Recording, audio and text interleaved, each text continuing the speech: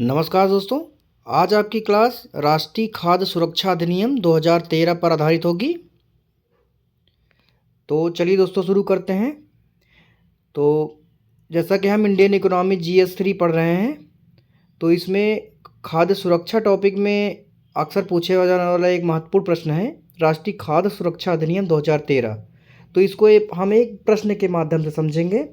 देखिए, प्रश्न कह रहा है कि राष्ट्रीय खाद्य सुरक्षा अधिनियम 2013 के प्रावधानों का उल्लेख करें। खाद्य सुरक्षा को सुदृढ़ करने के लिए किन सुधारों की आवश्यकता है, समझाएं। ठीक, 2 शब्दों का ये प्रश्न है। तो हम इसका उत्तर देखिए, इसके उत्तर से देखिए किस प्रकार से हम इसकी अच्छी समझ विकसित करेंगे। तो चलिए दोस्तों पढ़ना शुरू करते हैं। तो देखिए, राष्ट्रीय खाद्य सुरक्षा अधिनियम 2013। देखिए, राष्ट्रीय खाद्य सुरक्षा अधिनियम है, एक प्रकार का एक्ट है।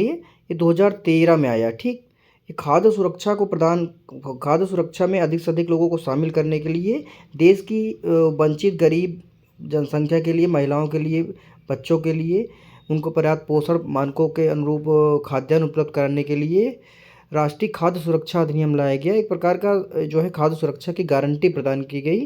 ठीक, तो अब ये कह रहा है कि राष्ट्रीय खाद्य सुरक्षा अधिनियम का उद्देश्य समाज के कमज़ोर वर्गों को वहनीय मूल्यों पर गुणवत्तापूर्ण खाद्यान्न उपलब्ध कराना है।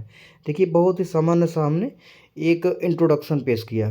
ठीक, तो इसमें ये ध्यान देने वाली बात है कि राष्ट्रीय खाद्य सुरक्षा मिशन किनके लिए है कि जो समाज के कमज़ोर वर्ग हैं, जो वंचित वर्ग हैं, जो सामाजिक न्याय से अछूते वर्ग हैं, उनके लिए, और जो बच्चे हैं, महिलाएं हैं, और जो कुपोषण से पीड़ित हैं उनके लिए। देखिए, तो राष्ट्रीय खाद्य सुरक्षा अधिनियम 2013 में क्या क्या एक फ्लोचार्ट के माध्यम से हमने दिखाया है कि इसमें टारगेटेड PDS के अंतर्गत खाद्यान्न उपलब्ध कराया जाएगा। अंत्योदय अन्न योजना के तहत खाद्यान्न उपलब्ध कराया जाएगा। मातृत्व लाभ प्रदान किया जाएगा। इसका कवरेज आसान बनाया जाएगा। जो खाद्य PDS का जो वितरण होता है उसके कवरेज को अधिक से अधिक लोगों को आसानी से मुहैया कराया जाएगा। तो ये हो गया। तो इसमें देखिए, जैसा कि ये प्रश्न ही है कि प्रावधानों का उल्लेख करें, तो हम प्रावधान पे आते हैं सीधे। देखिए, कवरेज में क्या होगा, तो ये अधिक से इसमें देखिए कितनी आबादी को कवर करेगा। देखिए, भारत की कुल आबादी का लगभग 67% भाग कवर करती है, 67% भाग, जिसमें कि ग्रामीण आबादी का 75% और शहरी आबादी का 50% भाग कवर करती है। ये 2 चीज़ें बहुत ज़रूरी है। ग्रामीण आबादी का 75% जबकि शहरी आबादी का 50% भाग कवर करती है। ठीक, तो ये कवरेज हो गया। दूसरा, इसके प्रावधान में पात्रता, ये किसके लिए, कौन कौन से लोग पात्र होंगे। देखिए, टारगेटेड PDS के अंतर्गत आने वाले लोग यानी परिवार, और अंत्योदय अन्न योजना के तहत आने वाले परिवार इसके पात्र होंगे।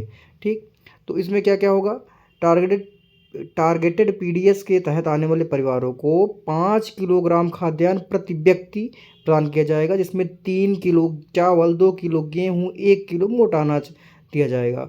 और अंत्योदय परिवारों को 35 किलोग्राम खाद्यान्न प्रति माह प्रदान किया जाएगा। ठीक, तो ये इसके प्रावधान हो गए।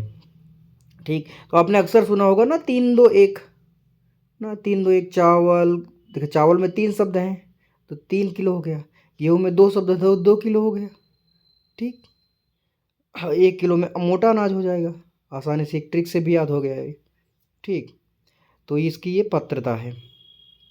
ठीक, और इसके अलावा देखिए एक पात्रता और है, राशन कार्ड परिवार के बुजुर्ग महिला 18+ आयु के नाम निर्गत होगा। ठीक, और भी देखिए है प्रावधान, राज्य व केंद्र स्तर पर शिकायत निवारण तंत्र का प्रावधान किया जाएगा। ठीक, गर्भवती व स्तनपान कराने वाली महिलाओं को पोषण संबंधी सुविधाएं प्रदान की जाएंगी एवं 6,000 रुपये प्रतिमाह मातृत्व लाभ प्रदान किया जाएगा। मैंने शुरू में ही बताया था ना कि मातृत्व लाभ प्रदान किया जाएगा। ये शिकायत निवारण तंत्र हो गया और यहाँ पे मातृत्व लाभ हो गया, पोषण संबंधी सुविधाएं हो गई। ठीक, आगे देखते हैं अगला प्रावधान, खाद्यान्न न पाने वाले व्यक्तियों को खाद्यान्न भत्ता का प्रावधान किया जाएगा। ऐसे व्यक्ति जो खाद्यान्न प्राप्त नहीं कर सके हैं उनके लिए खाद्यान्न भत्ता दिया जाएगा। ठीक, 14 वर्ष से कम उम्र के बच्चों के लिए पोषण एवं खाद्यान्न भी प्रदान करना इसका उद्देश्य है, ताकि देश में भूखमरी दूर हो। ठीक, अब ये प्रावधान हो गया। अब इसके बाद इसके खाद्य सुरक्षा को सुदृढ़ करने के उपाय सुझाएं।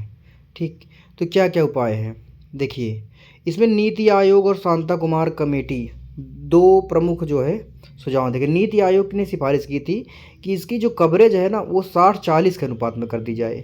ठीक, तो 60% ग्रामीण और 40% शहरी लोग इसमें कवर हों, तो इसके कवरेज में अंतर किया जाए, ये नीति आयोग की सिफारिश थी। तो ये उपाय में हम बता सकते हैं। और शांता कुमार कमेटी क्या कहती है, इसके कवरेज को 67% से घटा करके 40% पर लाए। तो शांता कुमार कहती है इसके कवरेज को घटाना चाहिए ताकि बीपीएल परिवार लाभ पा सकें, क्योंकि भ्रष्टाचार होता है तो उसका लाभ सभी लोग नहीं उठा सकते हैं। ज़्यादा से ज़्यादा कवरेज रहता है तो जो मुख्य धारा में जो कमज़ोर वंचित वर्ग है वो नहीं लाभ उठा पाता है। तो इस वजह से कह रहे हैं कवरेज को घटा देना। ठीक, और बाकी देखिए उपाय में क्या है, पीडीएस रिसाव की जांच एवं कार्रवाई की जानी चाहिए। बीपीएल एपीएल परिवारों को भी शामिल किया जाना चाहिए। राजनीतिक इच्छा शक्ति में वृद्धि करने की आवश्यकता है।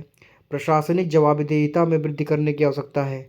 ठीक, और ये उपाय हो गए। इसके अलावा तो देखिए ये क्या है कि गरीब वर्गों के लिए मील का पत्थर सिद्ध हो रहा है। ठीक, ये इसका एक लाभ है या इसकी एक सफलता कह सकते हैं। ठीक, तो ये तो मैंने ऐसे लिख दिया था। इसमें सबसे डिवाइड करना है हर चीज़ों को। तो जैसे कि आपने ये यहाँ पे उपाय देखा, आपने प्रावधान देखा, अब यहाँ पे आप एक मल्टी डायमेंशनल कंक्लूजन देखें। तो कंक्लूजन जो होता है वो हमेशा जो होता है मल्टी डायमेंशनल होना चाहिए ना, उसमें बहुत सी चीज़ें कवर हो जाएं। ठीक, सारे आयामों को कवर करें।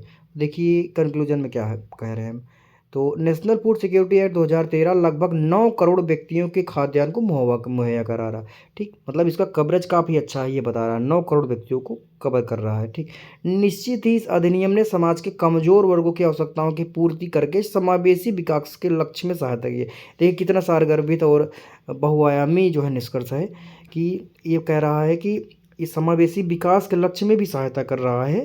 ठीक, और ये अधिक से अधिक लोगों को कवर कर रहा है। ठीक, तो जैसा कि कल्याणकारी सरकारों का लक्ष्य ही होता है सामाजिक न्याय प्रदान करना, गरीब वंचित दलित इन सब की उनको सामाजिक न्याय के दायरे में लाना, इनकी रक्षा करना।